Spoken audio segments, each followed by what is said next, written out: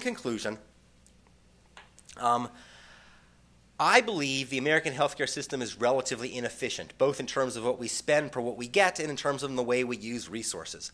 This may not affect competitiveness. There's wage offsets. So even if we're spending a lot, that may just be affected in terms of our well-being. People earn less.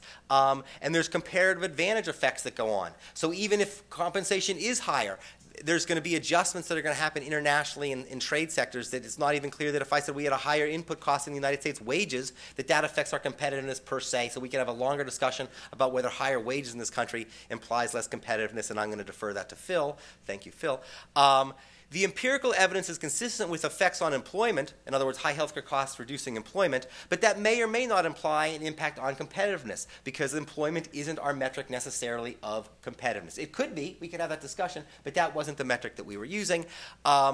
So my general sense is, and I've taken a long time to get here, the competitiveness debate is clearly important for all the reasons that were said. I think it's really important to have the debate about our competitiveness.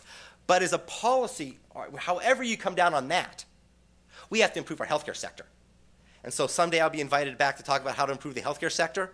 But for now, I will say it is just not clear to me that despite all these inefficiencies, that we have a real competitiveness problem because of it. So thank you.